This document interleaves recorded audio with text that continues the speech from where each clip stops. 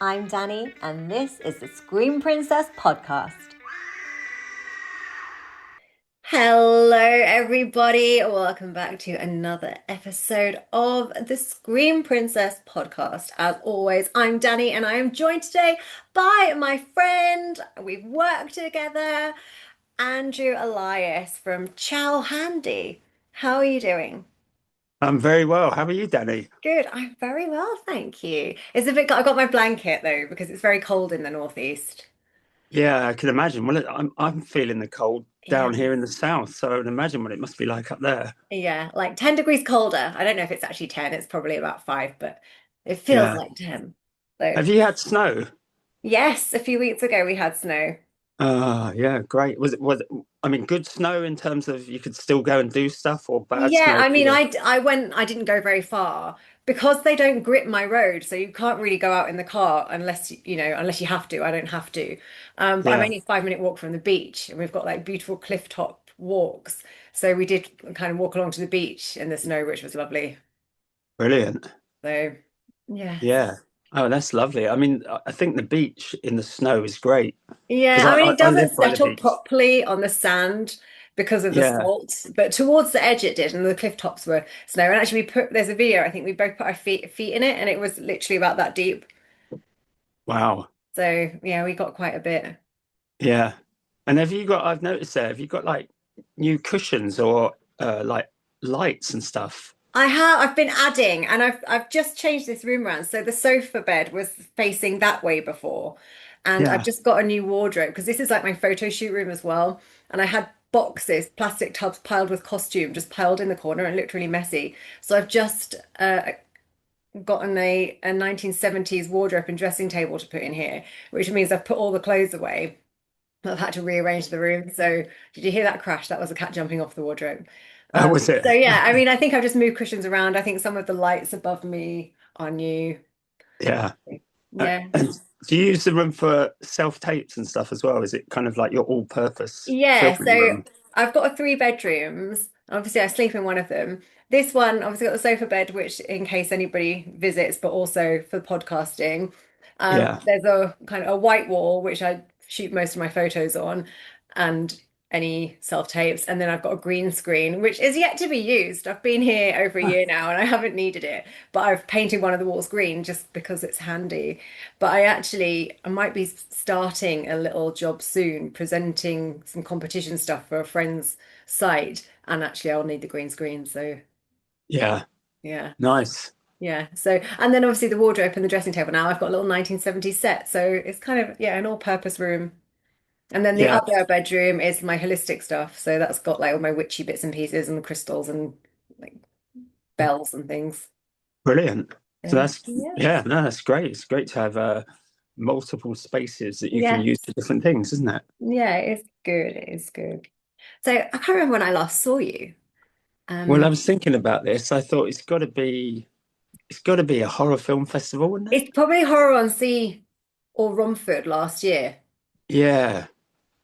Yeah. It I was must at, I be. think last year I can't remember if I was at the Romford Horror Festival or just the regular Romford Festival. Yeah, they And I kind tell of you what, blend in, don't they? yeah, my, Or my maybe it was memory is horror. so bad. Maybe it was Horror on Sea then, because then I didn't do Yeah. Dark Fest and I haven't done any of the other ones, and I didn't do Horror on Sea this year, which is like the first year in so long that I haven't been there. Yeah, I think you were missed, I think Oh. your presence there was missed. Well, but I narrated the documentary, so I was there in spirit, and I'm sure there was Yeah. cardboard cutouts. There definitely was, yeah, in the video shop. Yeah. I Of know various sizes. there's one in Romford now at the at Lumiere, and my friend lives in Romford, and her daughter. I mean, I bought her daughter a unicorn like cuddly toy when she was a baby, and she's now I don't know how old she is. I think girls now they seem much older than they are, but I think she's like 10, 11, but she's a proper little diva, and they take her to that cinema, and every time she has a chat to the cardboard Danny. So Nice. yeah. Nice. Yeah. Well, Yeah. I guess, you're always there for her. I'm always there for her, even though I am now far away. Yeah. But yeah, it was a long time ago.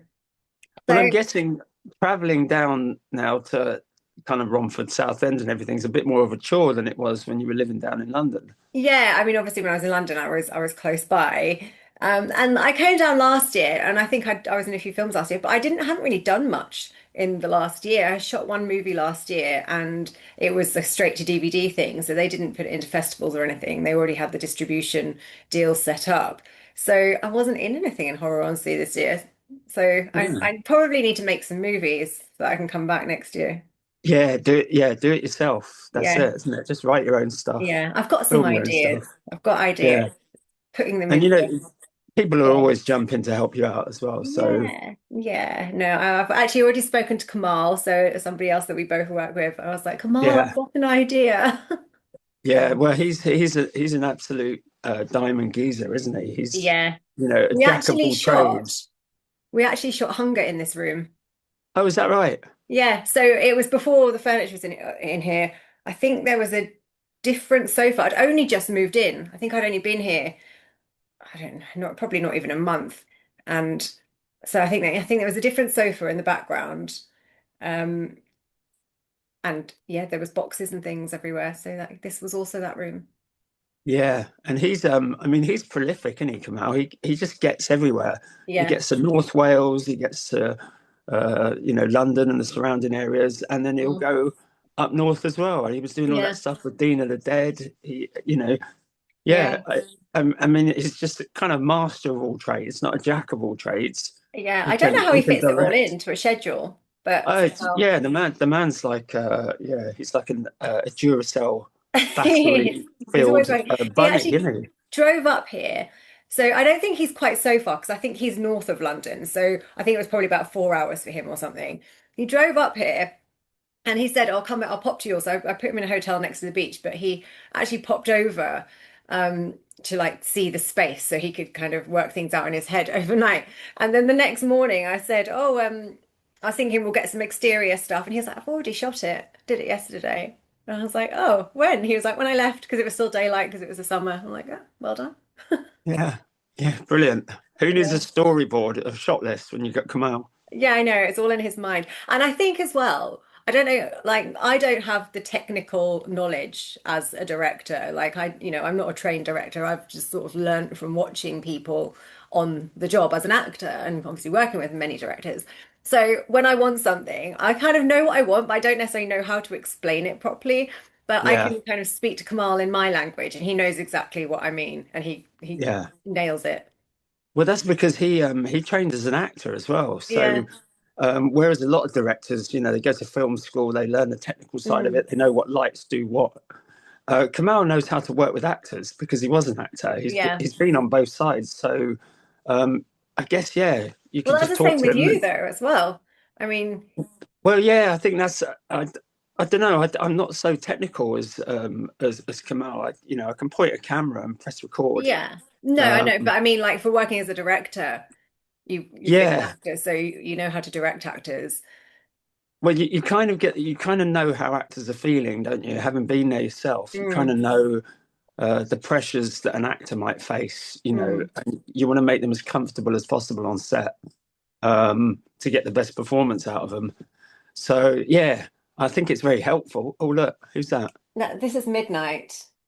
He's the one who was just on the wardrobe, and now he's in that mood. You know, when you fed them, they're like Yeah, gremlins, and then he's in that mood to cause. the mischief mood. Mm, Yeah, I used to have a couple of cats, and I used to have like a mad half hour every day where they would yeah, just go bonkers. yeah. Well, I think because the wardrobe's new in here. It's like a new novelty of something he can climb. But he climbed it yesterday and I was shooting something in here and he jumped on the wardrobe, jumped on top of the boxes that are on top of the wardrobe, and then jumped onto the curtain rail and was just walking across the curtain rail. And I was like, you've got nowhere else to go. And I don't know why you're there, but he was Yeah, enjoying himself. yeah. My daughter desperately wants a cat, but we've got a dog, number one, and then she also managed to con us into getting this axolotl, which Oh, wow. yeah, it's in a tank, but it's quite high maintenance. I thought it was just going to be like a fish, you just put it in a tank and just kind of feed it every now and then. But this thing, you got to change the water every week. You got to feed it every couple of days. But it's very resilient because we took it on holiday with us in like a portable tank. Oh, And wow. we were dog sitting other people's houses down Right. in Sussex, and we couldn't get anyone in to feed it, so we took it with us. And yeah, it's very resilient. Also, one time the tank cracked Oh, and all the water drained out, and I woke up in the morning and I could hear this humming noise, and it was the filter going, but there was no water going into it because all the water had drained out. And I found it lying in the sand at the bottom of the tank, and I thought, oh no, it's dead. but it wasn't. But I picked it up and it sprang to life, and I chucked it in a bowl of water, and I mean, it's are they a fine. pet that you can hold? Can you get them out and hold them? Well, I mean, I don't Are they generally. They're kind of they're supposed to be amphibious, but right? I mean, it comes up for air every now and then, but it doesn't actually come out of the water. It But I'm just sure stays I've in the read water. somewhere, like in the wild, they can change from being underwater creatures to, they can't change back and forth, but they can like Yeah. change and then they can be on land and then they'll live on land. Like how Ariel did in The Little Mermaid. I'm sure it's something like that. I could be wrong. Well, all I can say is it's pretty resilient because it must have survived for a couple of hours out of the water, but then when I put it Yeah. back in the water, it was fine. What's it Another, called? Cindy. Cindy. But you know, Yeah. weirdly enough, I went to see a Reiki client earlier today, and as I was leaving, there was a woman with a Labrador, and she was like, Cindy. I'm like, that's a funny name for a dog, and that's also a funny name for an axolotl. Yeah, well, my cousin had a cat called Barry. I You know, like she go used to have a Barry. boss. I used to have a boss who had a Labrador called William. Oh, okay. Yeah. My friend Davina used to have one called Dave. Dave. Oh, Dave's Dave. great. Yeah, Dave is great. she's the girl who's got the daughter that talks to the cardboard cutout of me. But yeah, Brilliant. yeah, she's called her Dave. No, I've got Midnight and Magic, and she may make an appearance at some point. I don't know. Yeah. Yeah, great fun, aren't they, pets? They are until you need to go away, and then you're like, oh, I need someone to look after my pets. And I don't know Yeah. that many people up here. So my friend, I look after his cats, and he'll look after my cats, but it means we can't ever go anywhere together. Yeah. So Well, that's why we ended up taking this flipping axolotl down to Sussex with us. And, that's a weird one to you ask know, somebody to look after, isn't it? Because they won't necessarily know what to do. yeah, they'd have to pop in like every couple of Yeah, days. unless you could take the Um, tank to their house. yeah, we did do that before, actually, a few years back. So Charlie we've had it Bond about, used to have an axolotl. oh, really? Yeah, I think she had a few. Yeah, I I feel mean, like one was called Elvira, Mistress of the Tank, okay. Well, and that's, yeah. then she had some other ones. I don't know what they were called. Yeah, they're funny little things. They really are. But- So, when did you start your journey into film? So, you started as an actor. Yeah, well, it's kind of a weird thing that I probably, told this story before, but when I left school at 16, I tried to get a job in Elstree Studios as a runner. And I went for an interview. I got an interview there and I went along. And they said to me in the interview, well, we noticed your address. You live in like Wembley. That's quite away from Elstree. Um, how did you get here? And I said, oh, my mum gave me a lift. And they were like, but your mum can't give you a lift every day to work and pick you up. And I went, yeah, I know. She just gave me a lift for the interview. So I didn't get it because they were worried that it would take me ages to get there, which is Well, probably that's right, weird because right I'm actually. sure a lot of people don't live in Elstree that work there. Yeah, but I guess because I was 16 and, Yeah, maybe there's some kind of, I don't know, yeah. employment laws or something. I don't know. But anyway, um, so yeah, and then I tried a couple of others. There was Lee Electric Lighting that was quite near us. So I wanted to work in the film industry, but it never really happened until about I was working in a bookshop, Foyles on Charing Cross Road, and I used to go out at lunchtime to Forbidden Planet when it was on New Oxford Street, the Hmm. comic shop. And I just saw a sign on the door one day that said extras wanted for Star Wars film. And I thought, wow, that's really weird. And just a phone number. So I Mm. phoned the number and they said, oh, yeah, come down. And it was a studio in Ladbroke Grove. And they kind of measured me up, took some photos and whatnot, and said, oh, yeah, we'll be in touch. And then I didn't hear anything from them for about 2 weeks. And then I got a phone call out. Well, actually, I had a pager at the time, Oh, and I got wow. a message on my pager. So I went out to a phone box and dialed the number, and they said, "Well, can you come to Leavesden Studios tomorrow morning?" Now, bearing in mind I was in a job, and the job that I was in the bookshop It's kind of if you ever took any, it was a you took any time off sick, you would get sacked basically because everyone that worked there was temps, and they only Right. kept you working there for up to 2 years. So I just said to one of the guys I work with, "Can you just clock me in tomorrow?" Because there was a clocking in machine, and because I've got to be somewhere. And then I just went off down to Leavesden and spent a few days doing this Star Wars film. And then I got sacked when I came back. The manager called me in and sacked me, but it was a sacrifice worth making, I feel. Yeah, I mean, how was that being on a Star Wars set? Well, it was great. My biggest regret was that because they put your name on a list, you know, when you drive down there, and the Mm. security check your name and they let you in because there was loads of photographers and whatever outside because it was the prequel. You know, it's the first Star Wars film in like I don't know 15 Yeah. years or whatever. Um, and I went down there and I got in. I did my filming, and then it got to the end of the week, and I was unsure if I was supposed to go in on the Friday. So I Mm. thought, oh, I just drive down there anyway. And I went down there and they still let me in. So my name was still on the list. They just hadn't updated the list. And I Right. went in. And then when I got there, I was talking to one of the ADs and they said, oh, no, we don't need you today. You can go home.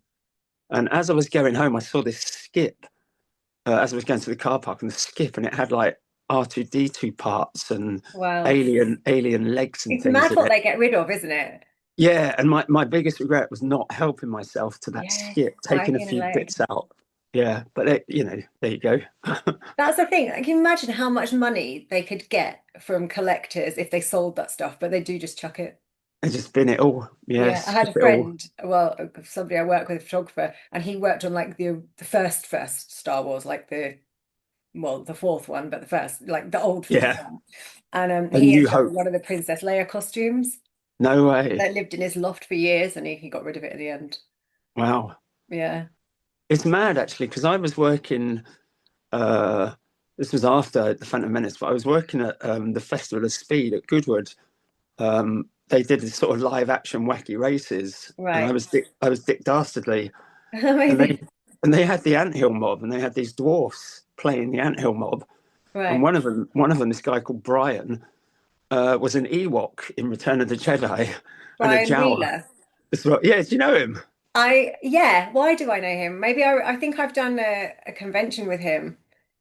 Oh, probably have because Yeah, he does a lot of conventions. I think it might have been one at Westcliff on Sea, maybe. It, Okay, I think. yeah, Hmm. yeah. No, he did when even because I worked with him a couple of years down on Festival of Speed, Hmm. and he told me his main kind of uh, not his main kind of income, but I think it was pantomimes, the pantomime Yeah. season. You know, Snow White and the Seven Dwarfs Hmm. or whatever. But then he also said he did a load of conventions. He was always doing conventions. Yeah. Yeah, So yeah, I think it was one in somewhere near Southend, like, but yeah, Westcliff on Sea, and we had drinks like the evening before, so yeah. that's why I've met Ah, him. small world, isn't it? Yeah, yeah. I mean, I suppose anyone who's like that area, everyone knows everybody. Yeah, well, this is the thing, isn't it? You bump into people. Yeah. I went to see Video Shop 2 at the Unrestricted View Film Festival. Right. Um, and, you know, Lau and Alex were there. I just bumped into them. I didn't tell them I was going, just turned up because I Yeah. thought, you know, it was local to me, really. I could just Yeah. jump on the overground and just went. But then while we were there, they showed a film beforehand called The R.I.P. Man. Right. And there were some actors at the bar, and I was like, "Oh, I know this guy, Owen." So I went over to him, and said, "Owen," because again we worked at Goodwood years ago, Right. and he was, I think he was Pat Pending or something like that in the wacky races. He was one of those. Uh, yeah, I think he was Pat Pending. Um, and I said, "Oh, Owen, what are you doing here?" And he said, "Oh, I'm in the R.I.P. Man." No, no way. So he's the main guy. He's like the I don't know if you call him the serial. I haven't seen the film, but the No. serial killer or whatever, the main character. Hmm. Um, but really weird that I hadn't seen him for like 10 years and then just bump into him in Yeah. this pub in Islington where they're showing Video Shop 2. Have you seen it's a fake trailer, and I'm not a Jim Carrey fan. I've never liked him in anything, But there was a fake trailer where he's Dick Dastardly, and it was so good. It was an AI thing Yeah, though, and I thought, God, he would make a really good Dick Dastardly. Like I probably would like him in that. I used to love yeah. watching Wacky Races. My favorite was Penelope Pitstop and Dick Dastardly and Muttley. Well, yeah, I have seen that. I think it got recommended to me on, you get YouTube Yeah, recommendations, and I remember seeing it again. Wow, that's incredible. yeah. I feel like it should get made. Like, why wouldn't Yeah, he make that? People would want to see it. I yeah, feel I like think, Margot Robbie would make a good Penelope Pitstop. yeah, she would. She would. Who would make a good Dick Dastardly? Someone Hit like, Jim huh? Carrey. Oh, Jim Carrey, of Yeah, course. Yeah, Jim Carrey Jim would be. Carrey. Hang on, I'm thinking of Peter Perfect. Who'd Oh, make a I good can't. Peter Perfect? I don't know. Hmm. I don't know. I remember there was like a little pigeon as well, wasn't there? Or a little bird. I don't know Yeah, one to play the bird, but Catch the Pigeon. that was it. Yeah, Yeah, I don't know. yeah. So there we go. Small world.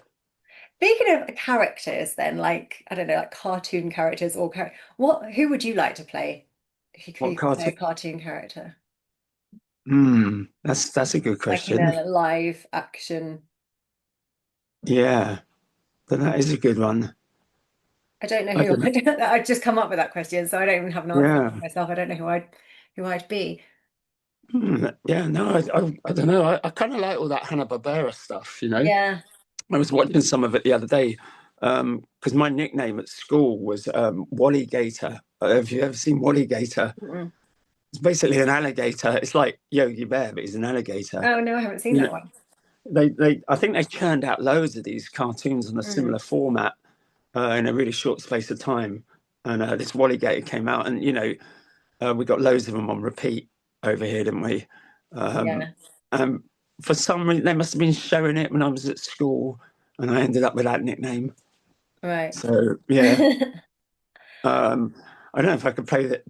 Well, I could be an alligator, I You suppose. could be an alligator. Yeah. Yeah, he had a kind of southern drawl, if I remember right. It was set in Florida, perhaps. We were actually watching bits of Yogi Bear yesterday, funnily enough. And it was like the people that did the voices. And I'm sure like they had that and then they had a Flintstone thing. It did sound like somebody, it could be someone's done the same voice, like the same person's done the voices. I don't know if that is, but Yeah, I reckon like the Dick Dastardly guy. I think he did loads of their yeah, voices. You know, yeah. um, and I think some of the Scooby Doo ones as well. The actors, the guy that does. Maybe I'd want to be Velma. Oh, Velma Well, would I'd be want to be brilliant. Daphne, but I probably look more like I'd be Velma.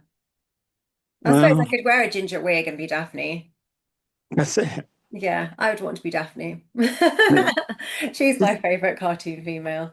did you ever see the live action Scooby Doo's? Yeah, I've I got think them. you got them. Yeah, they came Mhm. out. What about 20 years ago now? Is it? It's crazy now because it doesn't feel like 20 years, but yeah, it would have been that long Yeah, ago. Yeah. yeah. I thought that was great casting actually. Yeah. Because it was it Sarah Michelle Gellar played. Sarah Michelle Gellar, Freddie Prinze Jr., Matthew Lillard, and Linda Cardellini. Yeah, yeah. And actually, they're not that bad. No, As I thought they were movies. really good. I thought they Yeah, really, really worked as the characters. yeah. I've always loved Scooby-Doo. It's always been one of my favorite cartoons. Well, that's probably your love of horror. Yeah, That's this kind of is that's it. that's a Scooby-Doo, Count gateway horror. Dracula. I used to love Yeah. Count Dracula. And but also I liked anything with like exploring, so I liked Tintin as well. Oh, did you? Yeah, Yeah. Yeah. big Tintin's great. big Tintin fan. Uh, I've got the box set. have Well, I've got you? box sets of all of them actually. I've got Tintin box set, I've got a Scooby-Doo box set, and I also have Count Dracula box set. Wow. Yeah. I really love that story, Red Rackham's Treasure. You know that one, I the don't know Tintin which is story. which. I can't remember if they made it into a film or not, but it was one about a pirate treasure, and it was just Tintin or Scooby-Doo? Tintin, Tintin. Oh, and it was Captain Haddock's ancestor was right. like this pirate called Red Rackham, and they'd hidden like treasure maps in replicas of this ship. They did Um, make a like a Tintin, didn't they? They made a Tintin film or a couple of Tintin. yeah, with Simon Pegg, wasn't it? Wasn't he? Yeah, Yeah, which is weird casting for Tintin, yeah, very weird. but yeah, I Yeah, feel like I might need to rewatch them. I haven't. I saw them like I saw it when it came out. Yeah, look at it with different eyes now, can't you? Yeah. Little time has passed. So you were also in The Mummy, which I am so jealous of. Like, I love the Mummy films. Yeah, I I, tell you what, I was only there for about, well, they called us back. I was there for about a week, and then they called us back for another few days. mm, Um, but I've got so many stories of being on that set because so much weird stuff happened. weird Um, stuff. well, not weird, but just so much eventful stuff happened. Right. So, uh, like one day I was, we were covered in this gold makeup. Hmm. So the first day, I mean, to start it all off, the agent phoned me and said, "Are you still bald?" And I was like, "Yeah, I'm bald." Are you still And bald? No, go yeah, back. and she said, "Would you mind shaving your eyebrows off?" And I paused to think, and she went, £60 per eyebrow. So I went, yeah, yeah, definitely. I definitely do that. And then she said, you got to I get, feel like they don't pay enough for these things. Like I've been asked before to cut my hair really short, and I'm like, no, because it takes so long to grow. well, But the carry eyebrow on. thing. I mean, £60 per eyebrow, 120 quid back in the late 90s. I thought, well, that's fairly decent wage. That's on top of my standard fee that I'm getting. Yeah, And then she said, true. you know, if possible, can you remove all your body hair as well? So I was like, what? Really? Okay. And anyway, So for so getting people watching this, you were one of Imhotep's priests. priests, exactly, exactly. That's why, yeah. Yeah. Um, and the costume was basically a loincloth, with a few other bits and pieces, bit of jewelry. Um, but yeah, so we were all there. There's about 20 of us, all painted gold. These Mm, bald guys, all look the same. And every day, they had showers there, so you could have a shower and wash all this stuff off at get the rid of end the of the gold. day. But when you've done like a 14-hour day, sometimes you just think, you know what, I'll just go home and Yeah. I'll And wash it it's all off. easier to wash it off at home, isn't it? Because you're always going to miss some. If you're Yeah. completely covered, you will always find some like in your ear or somewhere else. And I think if you're at home, you take more time to do makeup. Well, exactly. And you kind of feel a little bit hurried, don't you, when you're on Hmm. set, kind of cleaning yourself up or whatnot. Yeah. So I didn't bother one night and I got in my car to drive home and I realized I needed to get some petrol. So I pulled into this petrol station, got out, started filling up petrol, and I could see the guy in the booth looking at me because obviously I didn't have a hat on. I didn't have, I just had a gold bald head, but I had my regular clothes on. And then as I was filling up, another car pulled up with three of the other bald priests in it.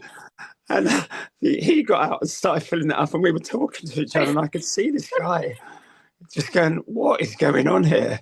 So, yeah, it was weird things like that kept happening. That's so funny. I can imagine he would probably be thinking, like, am I going mad? Am I Yeah, seeing things? someone spiked my drink, and Yeah. then the What's thing in is this as well. cup of tea? Well, I just went up to pay, and he made no mention of it, and I made no mention of it. I just kind of handed over the money. He looked at me, handed me my change. I got back in the car. The other bald guy walked over. That sort of British thing of not actually mentioning that there's Yeah. an issue here. But yeah, there we go. I'd be like, do you know you've got gold on you? Yeah, exactly. The weirdest thing though was like, say I got home or whatever, and I'd wash it all off, Hmm. and then I'd go out to the pub, and people would go, oh, "There's something different about you. What's different about you?" Because I didn't have any eyebrows. Eyebrows.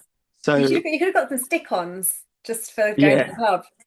yeah, I should have got some big sort of Dennis Healy's, Yeah, like big some bushy caterpillars or ones. something. Yeah. Yeah, I think it'd be all right for girls because we just draw them on. I mean, mine are like pretty much drawn on anyway. I was like a 90s teen and we all over plucked and now they just don't grow. So it's pretty much have to be drawn on for the most part. yeah. Well, I suppose Yeah, there's pros and cons to that, isn't there? yeah, you could have drawn them on. That may have looked stranger though. Yeah. I don't know. And there was another time I was on set with the gold makeup as well, where um, I was just kind of standing there and I felt something on my bottom, like is it like someone touching my bottom? And bearing in mind I was wearing a loincloth, and it's just like a sort of bare bottom. And I thought this is odd. What's this? Is one of the other gold priests kind of like coming on to me or whatever. And I turned around and it was a makeup lady, and she was squatting down and applying makeup to one of my arse cheeks. But without And telling you first. no, she's just doing it. This was the 90s. I think this is before You the didn't whole, have to like warn anybody. yeah, that's it. Just do it. What if you'd And have she said, farted? well, I know. Can you imagine? Like, Um, like you need warning so that you don't do that. well, she said, you're a bit smudged. Have you been leaning on the wall?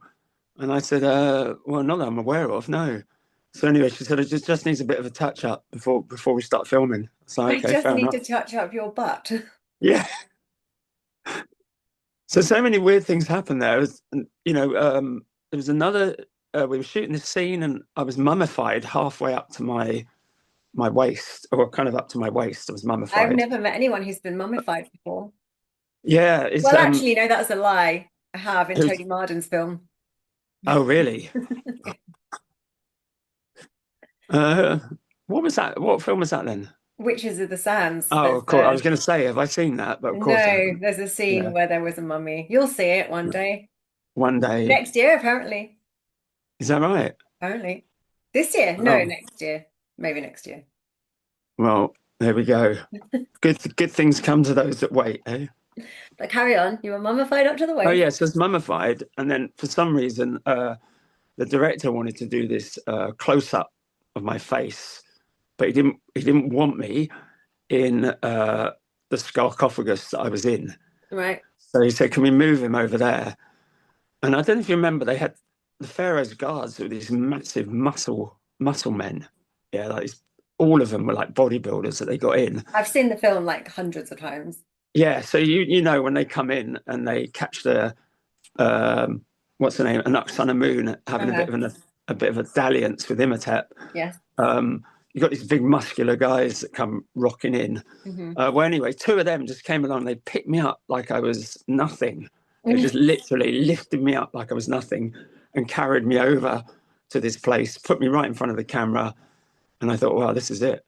But that scene didn't even make the deleted So scenes on the annoying when DVD. stuff like that happens. I was like, oh, this is great. Can't wait to see this at the cinema. Me Yeah. screaming as I'm being mummified, full Yeah. on. And then yeah, it wasn't even in the deleted scenes. Oh, Like, so oh annoying. But it must have yeah. been incredible being on that set. Like, Yeah. you know, It was, do you know Shepperton? It's the I know of it. the H studio, the H Mm. stage. It's Hmm. the biggest stage in Shepperton. And they literally, the set was amazing. And funny enough, I was chatting to this guy on YouTube who was he made some of the sets for the Mummy, and Right. he's got his own channel talking about his experiences in the film industry. Wow. So I commented on there and said, "Oh yeah, I remember being blown away by the set when I walked on that H stage." And I said, and then they gave us these flaming torches to hold. We had to walk down this stairway that had no sort of edge on it. It was just a sheer drop. Hmm. Gave us these flaming torches, and then some guy turns up with a cage full of rats and lets these rats out. And he was like, "Oh yeah, oh my god, I remember the rats." Oh my God. What if Yeah, so they somebody had all didn't these. like rats and then suddenly there's rats? Did they warn Well, you? yeah. Again, I think the 90s. It was before that kind of. Because a lot of people don't. I mean, I quite like rats, but a lot of people, most people probably don't. Yeah, I mean, I can take them or leave them. I mean, I'm not happy if there's one in Yeah. my kitchen. It's always a No, bit of an I wouldn't issue. want like But no, I wouldn't want one in my kitchen. But if it's somebody's pet rat, I'm happy to hold it. yeah, yeah. Yeah. So that was the Mummy. I mean, it was great. Um, yeah, good fun, Amazing. good fun, What and a and list it, of and it, I made a lot of money from it as well. That's always nice. It's always nice. And you've been in Good Night, Sweetheart. Yep, I'm yeah, still that watching was that too. Nicholas Lyndhurst. yeah, that was a clip where I was a German soldier, and Mm. we had to. It was. Do you I feel mean, I got. typecast? Because that's happened since then. Yeah, you know what it was, right? I think when I was younger, there's a certain type of man that can be used for soldiers, Mm. mummies, all these kind of things. So Yeah. Star Wars, I was like a guard. Mm, because I was the right build, the right mm, height, kind of quite non-descriptive, I guess. The Mummy, I think the bald thing probably swayed it that I got, right. the Mummy. And then things like Goodnight Sweetheart and whatever, they want someone that can fit a uniform, basically. Yeah. I used to love watching it.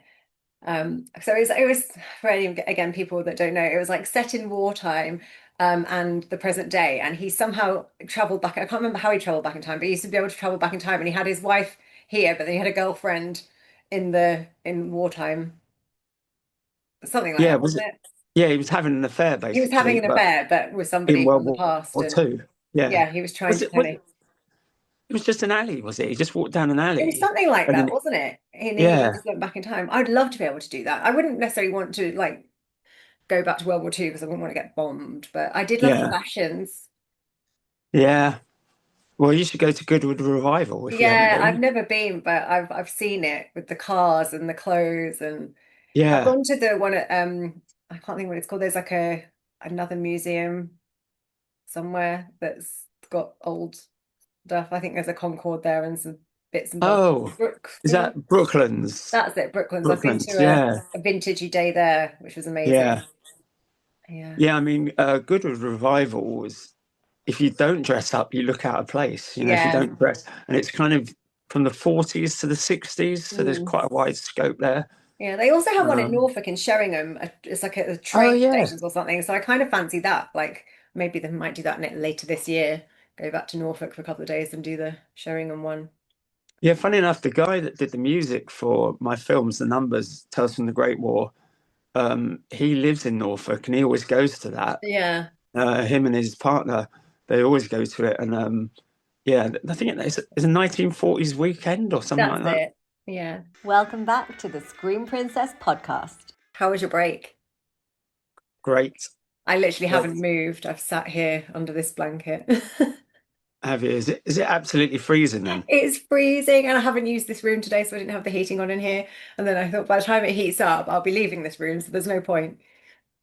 Well, we've got on our bed we've got an electric blanket, and I kind of switch it on about an hour or so before I go to bed.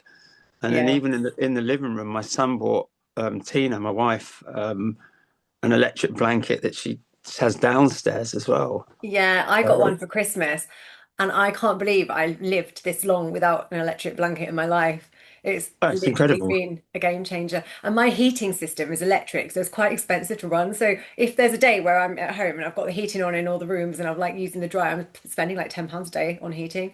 So the first week of January, I was spending a fortune on heating. And I was like, this is not really sustainable, like to heat all of the rooms for the whole of the winter up here. And so I've been taking my laptop to bed. So I'll get up in the morning, have a bath, put on fresh pajamas, take my laptop to bed, sit with working on my laptop and with a heated blanket on, and it saved me a fortune. Yeah, Tina does that. She calls it the bed office. That's what I call it, the bed office. I'm back Oh, in, I text my boyfriend, I'm like, I'm back in the bed office. So I actually had to go out today. So I had quite a busy day today. I had to go out and see a client for Reiki, and then I had to go see a venue for sound baths, like a new potential venue. And then I came home and literally got straight back in the bed office until back in the bed office. yeah, back in the bed. Great. And the cats like it because they'll behave and it's warm, so they'll sit there, and so I'm like surrounded by the cats and just doing my work. Yeah, I've been quite productive. Like my next job is actually to work on this film stuff. So I've got all of my other tasks ticked off now. So yeah. my new film idea is the next thing, which I can do from my bed. So And I love, how do you like writing? Do you enjoy yeah. it, or do you find it a little bit laborious? Well, no, I enjoy it when I've got my ideas together, then I enjoy doing it. Like I really like writing the dialogue for the characters and kind of coming up with the characters. And I feel like when I'm writing, I get into every character to kind of be Yeah, able to make them talk. So I do enjoy that, but the bit I hate is when you have to come up with an idea.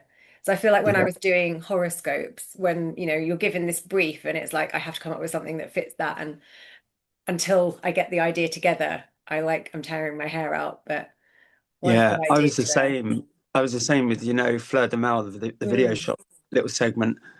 Um, I know. I just found it quite a weird way of working because normally I'll think and think and think and think, and then I'll come up, or an idea will just pop yeah, out of somewhere, and then I'll go with that. But because there was it's almost like there's a pressure on you. You think, oh, I've got to do something. I've got to do something. And you've got a time to work to. There's a schedule Yeah, or a deadline that's not your yeah, own. yeah. It's very. I mean, it was a great experience, but I Yeah, found it yeah. just very different because I think essentially I'm very slow at stuff, so I just Mm, kind of take my time with things. Was a little bit rushed, I would guess. Yeah, yeah, yeah. But yeah. Say la vie. It was nice to Yeah, be I mean asked. it's nice Yeah, to do to see how you can work under those kinds of situations. But I mean I did writing at drama school as like a module. So we'd come in, we'd be given, a brief to write, a 5 minute script basically. And we'd have to go away and write something each week and then come back in to that lesson and then cast the other students and kind of have them wow. idea. And it's basically so that when it came around to doing our show reels, hopefully there was like a pool of scripts that we'd all like something in so that we, Yeah. we weren't recording something that's like a ready-made script. We were kind of writing and recording our own stuff. So it was good. And I didn't think I'd like writing. And then when we did that, I realized I really did. But really, the stuff that I've done is it's usually because I've had an idea and then I'm like, oh, I've got an idea, I'll write it, and then it's given me work as an actor. You're not always acting. So if you Yeah. can be writing your own project and then put your own project into production, that's the only reason I ended up producing and all of that. And then the directing was because MJ asked me if I'd do a piece for horoscopes, and I'd never thought about directing before. That was never on my bingo card, but I mean, I enjoyed it.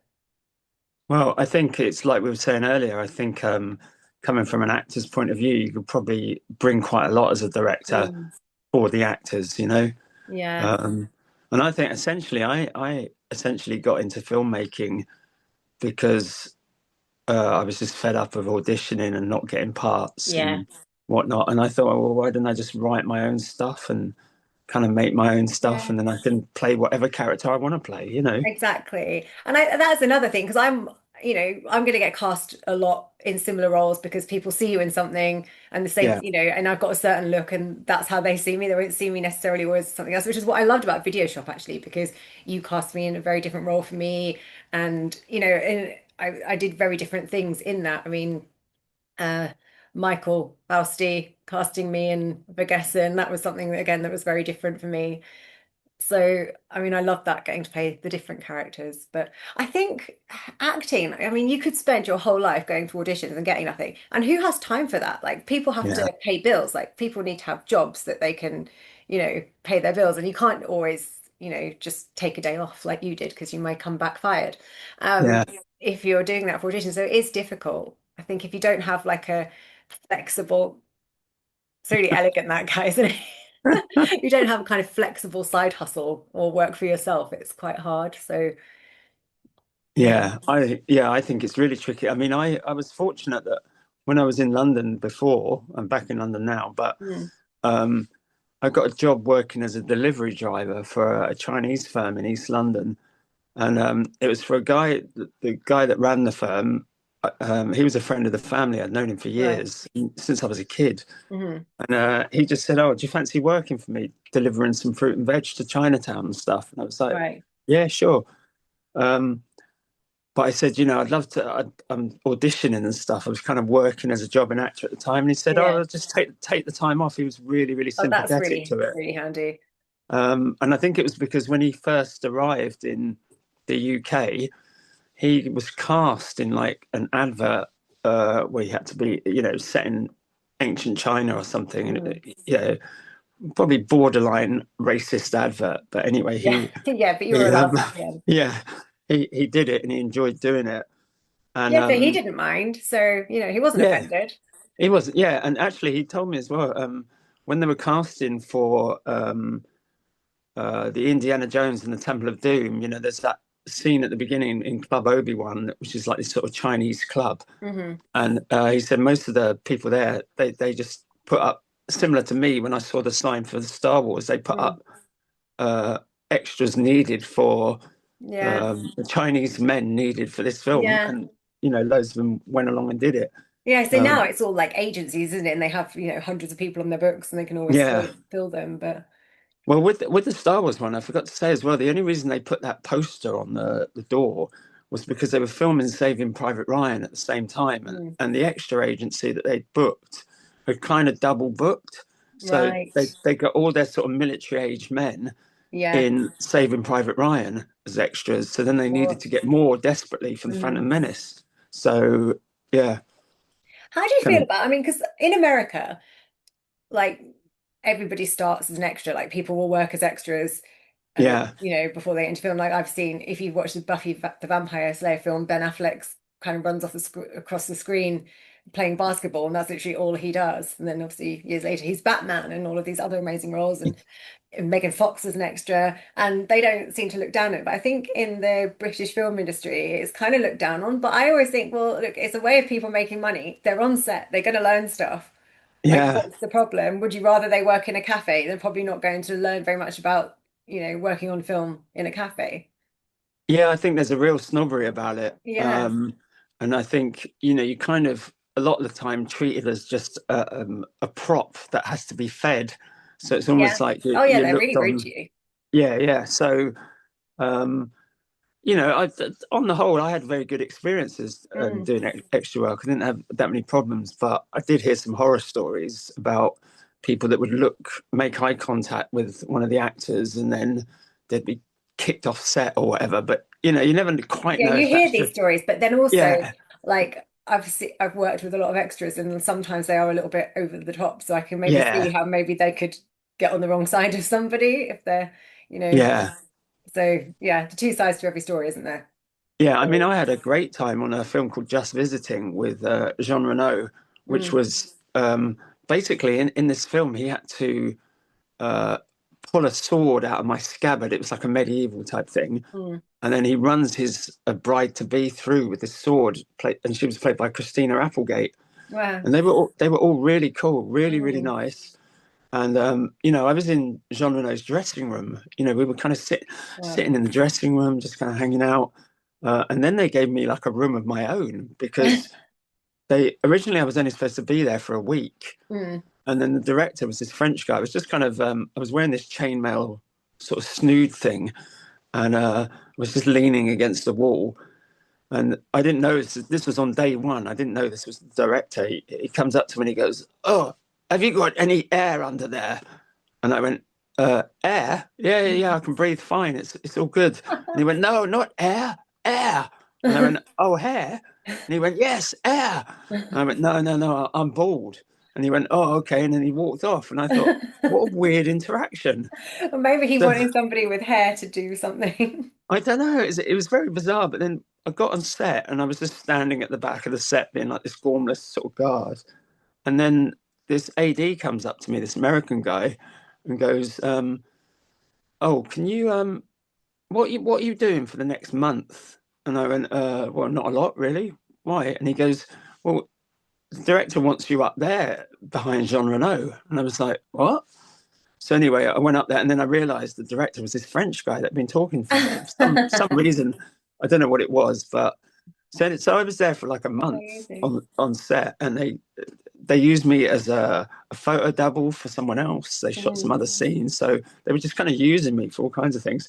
But like you said, for me, it was an eye opener just seeing Yeah. how big budget films Well, this is it, work. isn't it? I think you'll learn so much more. I did some like extra work long before I even thought about acting, as when I was still modeling. And I was a massive Buffy fan, and I ended up doing a scene in something called Free Agents with Anthony Head. I And remember that. yeah, I had to pass him a glass of champagne, and I managed not to fangirl. And he was really, really nice, and he was very, very British and very, very Gilesy, and but he Yeah, was sweary because he kept forgetting his lines, and then he was like swearing a lot about it, but in a funny, very British way. And yeah, Stephanie Beacham was also there on that shoot, and she was really nice. But it was like, it was only a couple of like supporting artists in the scene, so it was like in scenes with them, so they were chatty. It was really yeah. nice. And I've done one with Harry Enfield as well, a skit Oh, with what? Harry Enfield, and I was in a girl in the gym, but I was very young at the time, and I'd never been in the gym because I was skinny, and I didn't have to go to the gym at the time to be skinny when I was like back in my I don't know, early 20s modeling, and he was really nice. And also very well Yeah, spoken. And he had to teach me actually how to use the step machine thing because I was like, I don't yeah. really know what I'm meant to be doing on this. So yeah. Yeah, I think, like you said, I think it's a really good. I don't know why there's so much snobbery about it, No. You and I, learn so much you about know, like the camera angles and who does what on a set. And yeah, I yeah, mean, I mean the absolutely, phrases that people use, like checking the gate and all of these things, I yeah, that you wouldn't learn otherwise, I guess. So no, I don't think there's a problem with it. And they always say, "Oh yeah, but directors will only ever see you as an extra." They don't see they're never going to remember no, me as an no, extra. They're never going to have no. paid that much attention. Well, So there's a funny thing. My neighbour lives a few doors up. Um, he had some like fairly decent TV roles years ago. mhm. He was in Alfie the Zane Pet. He Oh was in wow. Grain, did like 4 episodes of Grange Hill.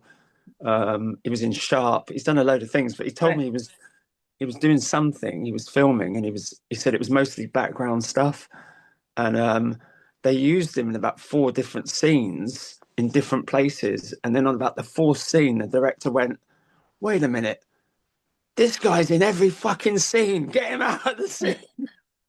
So, That's not his fault though. That's the ADs or whoever's put him there what exactly? Yeah, and he said it was just hilarious because he'd managed to to be get in in all these everything. different scenes Yeah. without being noticed. So, like you said, the director's not going to remember unless you do something really No, like on stupid. the day, but he won't remember you tomorrow, or like Yeah, by the time he's on his next project, he's not gonna remember yeah. you. Can you imagine a director filming who's shooting a film that's like $20 million? They've got so much stuff going around in their Yeah. head. They're not going to pay attention to you as an extra. They don't No, care, do they? no, Yeah. not at all. Not at all. So how did you end up doing so much horror? I mean, you haven't really set out to do just horror, but I've been looking through your credits and there's a lot of horror. Was that on purpose or is it just how it's gone? I think it's just been a bit organic, really. Yeah. Um, the when I was talking about making films, the first film we made, it was me and some friends. A film called Syrup, short film that we shot on 16 mil, Mm. only 5 minute long. But again, that cost like £1,000. The budget on it was £1,000 back in the Yeah. year 2000. But all of that money went on the film stock and getting the film stock Yeah. processed as well. Yeah, so you can do it Um, cheaper now because you don't yeah, need to shoot on film. because you don't need to shoot on film. And that was, I mean, I wrote the script. My mate Richard, who we kind of formed Chow Handy together, Mm. um, he wanted to direct something, and he said, "Have you got any scripts?" And I said, "Yeah, I've written this one." And he liked it, and he had a friend who had like a 16 mil camera. So he kind of got it all up and running. He got someone to bankroll it. He knew Right. someone that was like an accountant, and they said, "Oh, Uh-huh. I'll give you £1,000." So he really pulled it together. Um, and I didn't really think of it as a horror film. It was Mhm. about a serial killer who's obsessed by hair. Uh, but I didn't really think of it as a horror film. But he submitted it to this horror film festival that was on at the ICA in central London, Pall Mall, the Institute of Contemporary Arts, and it was accepted and it was shown as part of their late night horror Oh, program. wow. Um, That was amazing for your so, first short to well, get. you know what? Yeah, I thought, well, this is easy, isn't it? We made this short. Someone paid for it. Yeah. It's been screened in Cinema One, the biggest cinema in the ICA, to a packed audience. Mhm. I thought, well, this is easy, this filmmaking knock. It Yeah, was all I was downhill lucky with from my there. my first feature. I had no clue really what I was doing and managed to get an investor to fully fund it with a proper, well, not like for low budget money. I think it was around about 100,000. But he with it came a lot of like he had his crew that Yeah. had to pay that part of the budget too, and actors he knew that we had to pay this, so we didn't end up with and losing a lot of creative control. But I did think, oh, to get the funding wasn't that hard. I mean, I literally went into a couple of meetings. He asked if I could do a budget. I had no clue what I was doing there either, but I managed to do a budget and I got the funding. But it's never been that easy since. Well, this is it. It kind of sets a false expectation, doesn't it? Because Yeah. I came out of that and I was like, oh, this is just bonkers. Like we're in central London, Pall Mall, Mm, full packed screening room. Um, he said like we were the audience favorite or something like that. It mm, was great, and I thought, well, this is brilliant. But then, yeah, it was all downhill from there. yeah. But we have fun and we get to go to horror on Well, sea and we work with nice people. And people always say, exactly. like, what's your favorite thing about horror? I'm like, the people. They're not Yeah, really horrifying. They're all very nice. yeah. And in fact, actually, the more horrifying their films are, the nicer they seem to Yeah. be. Because I Yeah. work And you're with, like, with so what is wrong with you to have written that? yeah. Have you worked with Baz Hancher? I haven't, no. But Because I saw him, that I his mean, his film got really good reviews from Horror on Sea. Darren yeah, his Watson was a big fan. yeah. I mean, his films are really kind of graphic, I really, saw you know, part of one, maybe at the last Horror on Sea. I don't think I watched all of it. I never managed to. I think it's too much excitement there, and I can never really sit through films. yeah, I I can't concentrate, and sometimes it's like maybe too much. There's too many of them to watch. So I think I saw part of one of them, and I can't remember which one it was. yeah. But him and all his kind of White Raven team. Mm.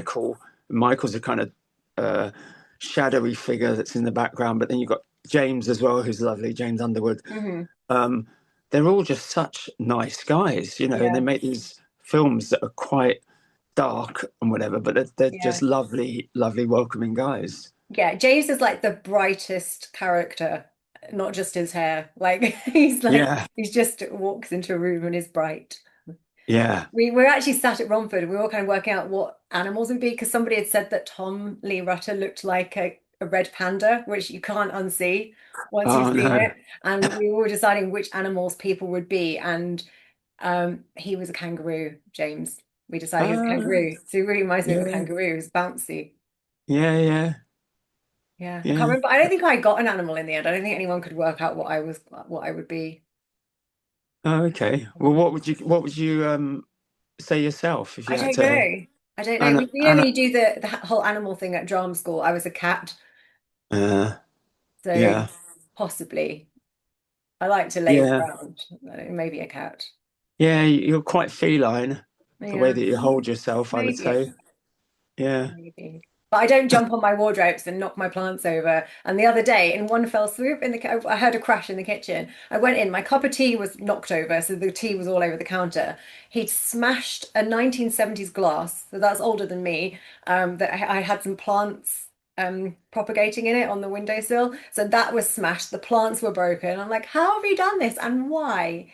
And he didn't care. Yeah, So I wouldn't be yeah, a naughty cat. I'd be more like a lazy like stroke me and pamper me cat. yeah. I'd be that one. I would be that one. So I'm going to look on my next page of questions because otherwise we're going to end up gossiping again and not getting through the questions. I And know, so I your know. films, the ones that you've actually written and produced, there's quite a war theme going on there. Yeah. Is that an interest in general, or is Well, it just for those particular films? well, the numbers was, I suppose, the first big one I did, but Mm, was at Horror on Sea, funny enough. And again, it was one of those things that I really thought, because I've been to loads of film festivals after the ICA highlights, mm, that you go to, and there's about two people in the room watching your mhm, film, and you're like, mhm. oh, okay. So I kind of thought, because I didn't really know Horror on Sea, I kind of thought it might be like that. Right. And it was at the 10 a.m. slot on a Saturday, and I thought, well, no one's going to be there for that. And I was Mhm. actually really surprised when we went down and we went in and we were like, oh, well, this is a fairly decent turnout. Yeah. So we made that film, and that was like it's set over different time periods, so kind of messing around with the time a little bit. And I mean, shortly after that was released, I was quite ill for a bit, Mm. so I was in hospital for quite a lot, and then when I was released from hospital, they gave me this big bottle of morphine, this like liquid morphine. And while I was in hospital, I was thinking about the story set in World War One, and I'd always wanted to make like a sort of World War One film because Mm. I feel like World War One is almost like the official end of the Victorian era, even though Mm. Victoria died in 1901. 1901. The kind of morals and standards of the Victorian era went on Yeah. up until World War One, and then World War One, you have this massive shift where empires collapse, Mm. women get the vote, workers get more rights, medicine improves. You get this massive cultural shift because of that war. Mm, And so I've always been fascinated by it. That the 20th century doesn't really start with World War One and this mechanized warfare. mm, Um, so yeah, I wanted to do something about it. And then when they discharged me and I had this morphine, I knocked the script out in like 2 days. I just kind of went, right, sit down and just type away, yeah, because I'd already thought of the stories in my yeah. head while I was in hospital. So yeah, I don't know if it was the morphine or whatever it was, but the interest in World War One, and I really like. There's a book by a Welsh writer called Arthur Machen, and it's called The Bowman, and it's kind of legends from World War One, where Mm, I think men in the war zone under extreme stress would hallucinate different things. So right. you had the angel of Mons, so people thought they saw an angel, Hmm. kind of guiding them to war. And then there was other things like the bowmen, these sort of legendary Agincourt bowmen that just appeared on the battlefield in France. Mm, So there was a lot of weird stuff about it. And I thought, oh, yeah, I'd like to write something like that. mm. And then that just kind of happened. Yeah, so it's Tales from the Great War, but then you also did Yeah. another Tale from the Great War for Video Shop too, Oh, the Beast of No Man's The Land. Beast of No Man's Land, yeah. Yeah. So again, there was a lot of stuff that, because of budget constraints and Yeah. whatever, I couldn't do Tales from the Great War as much as I wanted to. There was a couple of stories that I had to cut out of it. Mm, So I kind of wanted a backstory for the beast is in that beast from the Beast of No Man's mm, Land is the beast that's in Tales from the hmm. Great War. And it was kind of like a backstory to that. Yeah. Um, yeah. And it Great. was It was really well basically, shot. Did Kamal shoot that? yeah, he did. Yeah. Yeah. So, and he's Yeah. also in it. Yeah, he's in it as well. He he Yes. he reprises his character from Tales from the Great War Yeah. because I don't know if you've seen Tales from the Great War, Yeah. but I sat next to Kamal, I think. And then you may did have been you? on the other side of him at the Oh yeah, funeral. because Yeah. he's got that role where he has to basically poo everywhere, hasn't Yes. he? Yeah, Yeah. and you know, I'd never met Kamal before the day of filming. Right. We'd just spoken on social media, and he liked the script, and I thought, well, Mm. it's a bit of a weird script, because this guy is basically pooing in places. And he really threw himself into it. Yeah. I couldn't have wished for anyone better Yeah. because he absolutely there was Yeah. no holds There's barred. definitely one to where can people watch it now? Can they? It's on Amazon. It's on I Amazon. think yeah, it's the only place it's on. Right. Um, but yeah, he really threw himself into that. But the weird thing is though, Danny, it's like no one ever asked me about why I wrote that. And I always think, it's quite weird that there's this story where this guy's shitting everywhere, but no one Why ever did goes, you well, write it? well, you know what? It came from years ago. I had this book on World War One, Right. and I remember reading about it, and it was from a French soldier, a quote, and he said, "We sleep next to the dead, we eat next to the dead, we relieve ourselves next to the dead." Mm. And I thought, oh, that's really grim. They've got dead bodies around, and they're doing all this Mhm. stuff, and they've got to do the mundane things that we do next to sort of dead bodies. Yeah. So that kind of stuck with me for a bit. And then when I started working in schools, I worked in this school, and some kid went into the headmaster's office and did a shit on his desk. And and, afterwards, people were trying to deconstruct it, psychologists and whatever, and they said, well, this kid was from an abused household, and apparently, like smearing shit is like a way of dealing with the process of abuse and stuff like that. Right. And they reckon that this kid shitting on the head teacher's desk was a way of him trying to assert some kind of control in his life. Okay. Um, so then that made me think, yeah, okay, well, if someone's in a traumatic situation, like they're in a war zone, how could we take that even further? Right. And then the main bit of the story came from I worked with this guy in an office years ago. When I was about 18, I was working in an office, and there was a guy there that had done national service. Mm. And he told me that he was out in Egypt or whatever, and that one day they went into the games room, and there was like a turd on the snooker table, and someone had chalked next to it. the Phantom Shitehawk was here, and apparently these turds kept showing up everywhere with this thing scrawled next to it. The Phantom Shitehawk was here, How and they said bizarre. they never found out who did it. The person never admitted it. So again, I thought that's a really funny story that someone's just doing that. I mean, That's so gross, though. it's really gross. It's really gross. But it's that kind of thing of a bunch of blokes together that end up just Lord of the Flies type stuff, where they just start getting a bit animalistic. And I just thought, what is happening there? Yeah, So then all of that was in my head, and that's why I wrote it. Basically, I thought this is his way of dealing with the trauma of yeah, war and getting his own back yeah.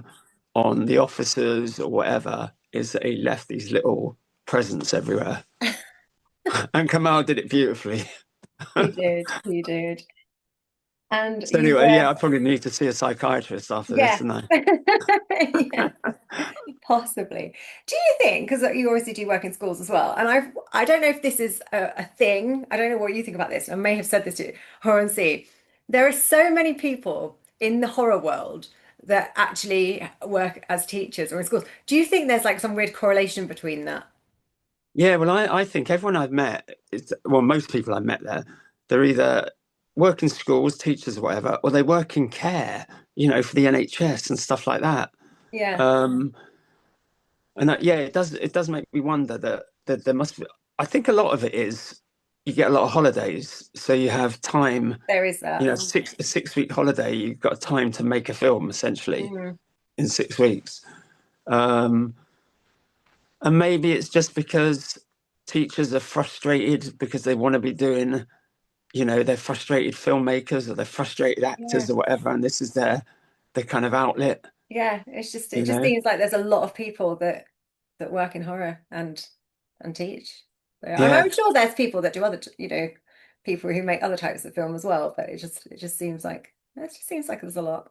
yeah, it does. I mean, yeah, I'd agree. I'd say the ratio, and I think we did talk about this before. It does Yeah, I think seem we did. proportionally high, doesn't it, Yeah. for, for such a small kind of network? Yeah.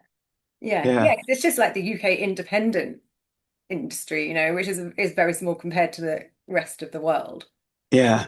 I mean, maybe it's something to do with if you work with kids, you kind of how to organize people. Yeah, You know, true. you got to get 30 kids doing something that they don't want to do. Is that any different to trying to get actors to do stuff? I don't know. Yeah.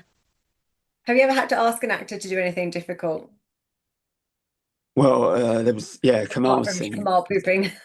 I think not really, because I'm I think again, because I've been an actor, I don't Yeah. want to put someone in an awkward position. Yeah. Um, you I always know, feel I like w I won't write anything for somebody else to do that I wouldn't be willing to do myself. And then I'll often take that for my character. Because if I, yeah, like in Bad Moon Rising, there was like the hypnol scene on the pool table. And I could have given it to one of the other girls because it's awkward, but I was like, I'll do it. I'll have yeah. the scene. I But just think because I that's didn't want it. to ask anybody else to do it. Yeah, but I think that's really good of you, and I kind of think the same way that I don't want to ask anyone to do something that I wouldn't do myself. Mm. Um, I wouldn't write a sex scene for myself. No, I I wouldn't wouldn't. write a sex scene for someone else to do. I I appreciate I it if no think, one else writes them for me as well. yeah, I just think, Yeah. I guess you could argue, well, no, it is, maybe you've got a script and it's fundamentally important, but again, it's like Yeah. with nudity. I think if it's absolutely necessary, Yeah. yes, but otherwise, do you need it really? Well, I feel Do like you know I'm a what I bit mean? older now, so I should get asked less for things like that. Does it happen still though? Do you still get a lot of people Yeah. asking you? Yeah, Yeah, like the last film I did, and it's my fault for not really reading the script properly until I got there. That there's just a completely pointless topless scene. Like yeah, I was in a sauna, but I just happened to drop my towel and I was like, this is so pointless. It's completely gratuitous. It's like it's unnecessary. I know, like, yes, it will get people watching, and I know, like, and I've seen reviews before where like Danny didn't. There's like topless girls in this film, why? And it was actually um a serial caller. So it was one I'd written, and there were a couple of topless girls who were glamour models anyway, but I kept my clothes on, and then people complained. But yeah, I mean, I was also a lot younger then. I think, yeah, now I just want to keep my clothes on. yeah. I think if you don't feel comfortable, then I you don't know mind if it's necessary, if it's yeah, that's it. you know, but I, yeah. I mean, I did plays when I was in my 20s where uh, it'd either be like semi-nude or whatever. I might be in Mhm. my underwear or something like that. Yeah. And again, I was I in my don't mind being in my 20s. underwear. I was a bit younger. I was a bit more comfortable, and then there might be scenes on stage that you would do, and I was fine with those. But I don't know. I just yeah. Now I just feel again as well as a man of my age, I'd feel really creepy directing younger women in scenes Yes. like that. I just Yeah. I just, especially as a teacher as well, it's not something that I would, I No. just find it's just a weird thing. So Yeah. I know other people are fine with it, but not me. Yeah. I think it depends on the script. It depends on the film. It Yeah, depends what whether it's actually necessary or not. yeah, And if it's yeah, not, then it doesn't need to be in there. So, yeah. yeah. I mean, to be honest, it doesn't come into my mind if I was writing. I don't think, oh yeah, I need to have a No, sex scene. and I think That's, a lot of the time it can be kind of implied. yeah, So, or like you go to it and then it cuts to something else. And people yeah, can use their exactly. imagination. I think it's good to make people use their imagination when they're watching something as well. Yeah, Like, when you read a book, you have to use imagination. I think film shouldn't give you everything. yeah. Have you noticed those weird trends that seems to be happening? And I think it's to do with people watching films but being on their devices.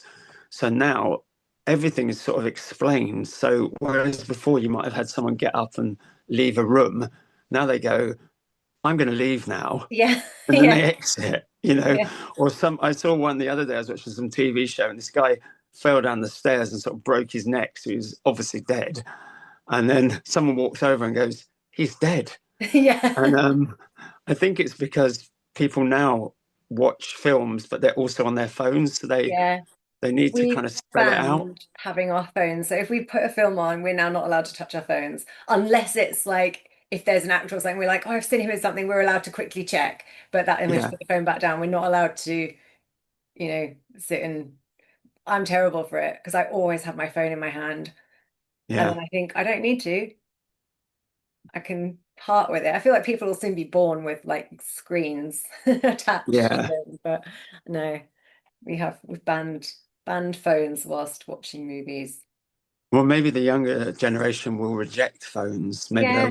they'll go, oh look, who's Oh, this? Is this is this midnight again. Magic hasn't come midnight to again? visit while we've been in here. Yeah, it's midnight again. Yeah. He hasn't started purring, so he's got the loudest purr you've ever heard. And he always had, even when he was a tiny kitten, I've never heard a cat that sounds like him. And Wow. sometimes he sleeps here, like we get in bed and he has a cuddle, and then I'm like, I can't sleep, you're too loud. It's like having somebody snoring, but it's a cat purring. But it does happen. So Yeah. you've just filmed Echoes of Him, which was Yeah. another Kamal DOP'd, but Alex Nathan Woods wrote it. So Yeah. was that a first feature for him? I think so. Yeah, I think so. So he was in Tales from the Great War as Hmm. well, Alex, and Yeah. yeah, really interesting script. And I think Mhm. they're planning like a few films. They're planning Right. to work together, writer director relationship. Amazing. And what's really weird as well, and I said this to Kamal, was that before I knew him, I kind of knew of him because Mm. I'm like a real YouTube addict and I watch loads of stuff on Right. YouTube. And I saw something that he did on YouTube way back in like 2009, I think it was. Mm. And I remember writing to him and saying, well, if you get any parts come up, I'd love to be in one of Mm. your films. And he graciously responded. He didn't blank me or anything. He just said, oh, okay, I'll bear you in mind or something like that. And then that was it. Didn't hear anything. And then when we started getting in contact just before Tales from the Great War, I was Mm. like, oh, I remember the name because it's a quite distinctive name. Hmm. Kamal Yildirim, you don't Hmm. see that a lot No. within the indie film industry. Um, so I was like, oh yeah, yeah, I remember this. So anyway, we ended up working together, but with me as the director and him as the actor. Mm. So Echoes of Him was really nice because it's me as an actor, him as Yes. director. So I Well, thought after all this time, yeah. I've ended up now working with him, and it was Yeah. great. Yeah, I'm looking forward to seeing that one. Will that be Horror on Sea next year? I don't know, I think that when I saw Kamal at Hornsey and he said they were in post with that. Right, so should be. Um, He's very quick yeah, with his editing. yeah, he's really quick. And I think, I mean, I've got a feeling they may try and get it into other festivals, like Right. perhaps this year before Mm, next January. Whether it'll show at Hornsey or not, I don't know. But I just the vibe I was getting from chatting with him was they want to do perhaps something quicker. they're going to maybe get something out in the summer, Yeah. perhaps. Well, Yeah. Andy, we are out of time. This has Oh, flown by. I've had quick fire rounds and all sorts for you, and we're just run out of time. So we might have to come back oh, another day when after your next film, come back and yeah. Well, get Kamal on. Get Kamal and yeah, Alex on to talk about yeah, Echoes. And yeah. I yeah, had him like as an early podcast guest, so I was thinking about inviting him back actually because I'm sure he's done loads since. yeah. But Well, yeah. He's a busy guy. yes. Well, you enjoy the rest of your evening, and I will send you a link when this is released. It will be. Well, it might actually be next week or the week after. Oh, brilliant. Well, thanks for having me on. It's Thank been you fab. for giving up your time and chatting to me. Well, the time has flown, hasn't it? Yes, it has. I'm going to go Um, and pour a glass of Prosecco now. oh, well, there you go.